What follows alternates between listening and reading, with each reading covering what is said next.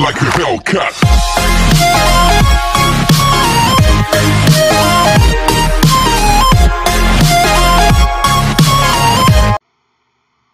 Isang magandang buhay sa matatalino nating mga viewers. Ako si Roberto Dizon, ang inyong magiging G8 Math Teacher. For today's lesson, we're going to discuss about how to formulate conditional statement, inverse statement, converse statement, and its contrapositive statement. But at the end of the lesson, after this video, you are expected to recall reasoning and decision making. Formulate and illustrate the equivalence of contrapositive, converse, and inverse of the statement. Give example of contrapositive, converse, and inverse of the statement. Before that we proceed to our lesson for today, so let us answer this activity. So direction. Complete the statement by supplying the missing word. All you need to do is to understand each of the statement that we have here. For number 1, all dogs are mammals. All mammals have kidneys. Therefore, how are you going to conclude about the statement that we said?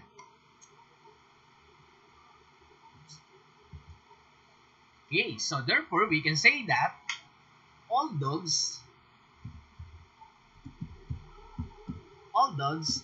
have kidneys.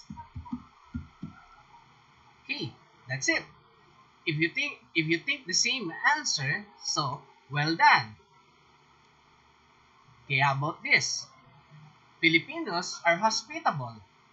Bonifacio is a Filipino. Therefore, so how are you going to conclude the second statement? So we can say that Bonifacio is hospitable. Bonifacio is hospitable. Okay, so how about number 3? Miguel saw a white swan. Kyle also saw a white swan.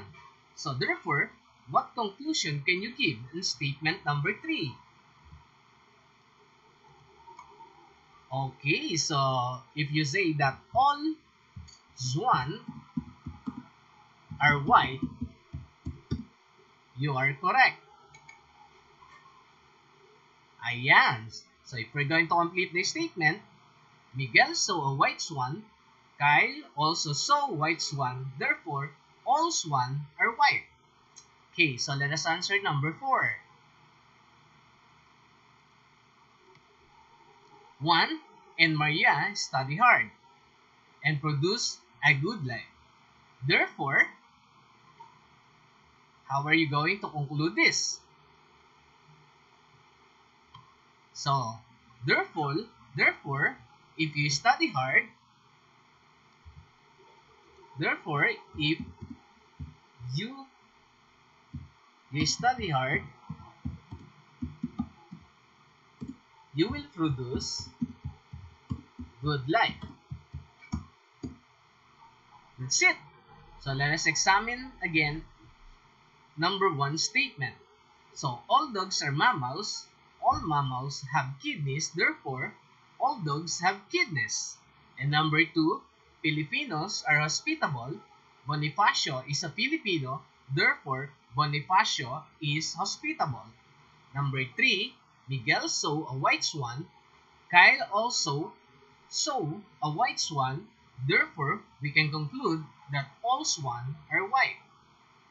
Number 4, Juan and Maria study hard and produce a good life.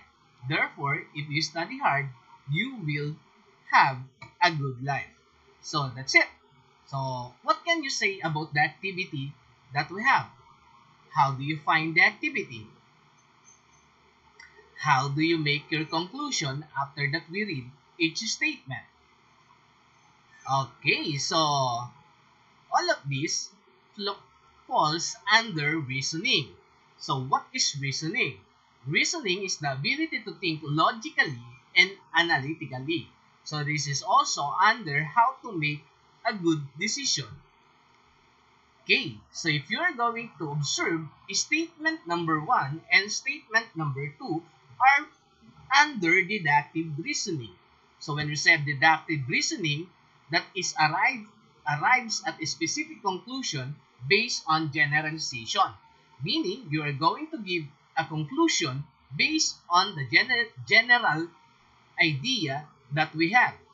And if we're going to study about statement number 3 and number 4, we can say that statement number 3 and number 4 are inductive reasoning. So when we said inductive reasoning, it takes event and make generalization. It involves trying to create general principle by starting with many specific instances. Meaning, so when we said inductive reasoning, that is only an inverse of deductive reasoning. If deductive reasoning is from general to specific, the inductive reasoning is specific to general. So let us now proceed to our lesson for today, which is how to formulate a conditional statement. So, what is a conditional statement? So when we said conditional statement, these are formed by combining two statements, P and Q, and by the word if and then. So the if statement is called the hypothesis, and the then statement are called the conclusion. So let us have an example. For example, if it rains, then they will cancel the school. Again, the example is, if it rains, then they will cancel the school. The statement it rains is known as the hypothesis. And the statement that they will cancel the school is known as the conclusion. So meaning, the word it rains is equivalent to what we call P. Okay, so that is the hypothesis. P represent the hypothesis. And then, the word they will cancel the school represent the Q. The Q, which is equivalent to the conclusion. Okay, remember, this is an example of conditional statement that is produced by if and then, which is we have a statement, if it rains, then they will cancel the school. This is an example of a conditional statement. Take note, the hypothesis represent the P values and the conclusion represent the Q values. Now, let us proceed. Okay, how about the converse statement? So when we said converse statement, it is the reverse of the conditional statement. It is formed by interchanging the hypothesis and the conclusion. Again, if we are going to recall, when we said hypothesis, so when we said hypothesis, that is equivalent to P statement. And when we said conclusion, that is equivalent to the Q statement. Do not forget that. So let us now have an example. Here is an example a while ago. We said that if it rains, then they will cancel the school. Now, how are we going to formulate the converse statement of this given statement? Again, as what we said, we're only interchanging the value of the hypothesis and the conclusion. Therefore, we're going to interchange the statement. So, how are we going to do that? If they will cancel the school, then it rains. Okay, so try to observe that. So the P values and the Q values interchange. As what we said, so this is our hypothesis in the converse or the conditional statement which represent the P values. And the word they will cancel the school, the word that they will cancel the school is equivalent to Q values. Therefore, if you are going to interchange the P values and the Q values, so look at the statement that we produce. The converse statement is now, if they will cancel the school, then it rains. That is an example on how to formulate the converse statement of our conditional statement. Okay, how about the inverse statement? So what is the inverse statement? The inverse statement is simply the negation of the hypothesis and the conclusion of the conditional statement. So what do we mean by the word negation? So when we said negation of this statement, all you need to do is to get the negative statement of the given statement. So therefore, negation means you are going to imply the negative statement based on the conditional statement that we have. Example, if it rains, then they will cancel the school. How are you going to make it inverse statement? All you need to do is to put not in the statement. How are we going to do that? For example, if it not rains,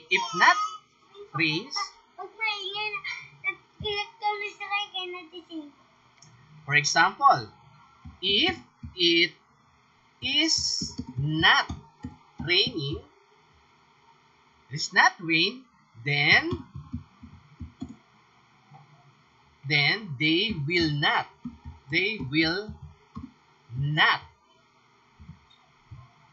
cancel the school. Okay, try to observe. If it's not rain, then they will not cancel the school. If it's not raining, then they will not cancel the school. All we need to do is to put the word not. Try to observe. So we only put the word not here. So not.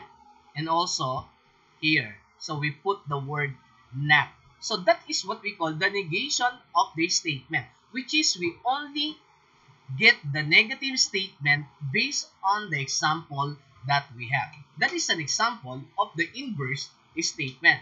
Let us now proceed to the next contrapositive statement. So what is the contrapositive statement? Contrapositive statement is just take the inverse of the converse. Look at that.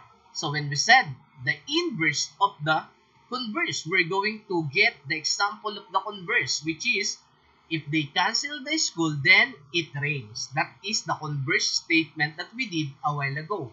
How about if we're going to create a contrapositive statement? All you need to do is also putting not, the word not, in the statement. For example, let us put the word not. To make a contrapositive statement, so all you need to do is to put the word not.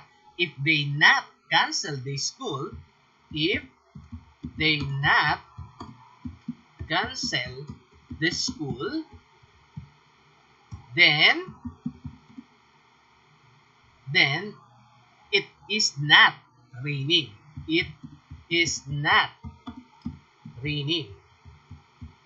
So that is an example of a contrapositive statement. So we just get the inverse of the converse statement that we did a while ago. So that's it. That is how to formulate the converse, the inverse, and the contrapositive of the conditional statement, or also known the if and then statement. Okay, so we can summarize all of that in a table, which is in a conditional statement. So we have if P, then Q. So that is the statement that we're going to give in a conditional statement.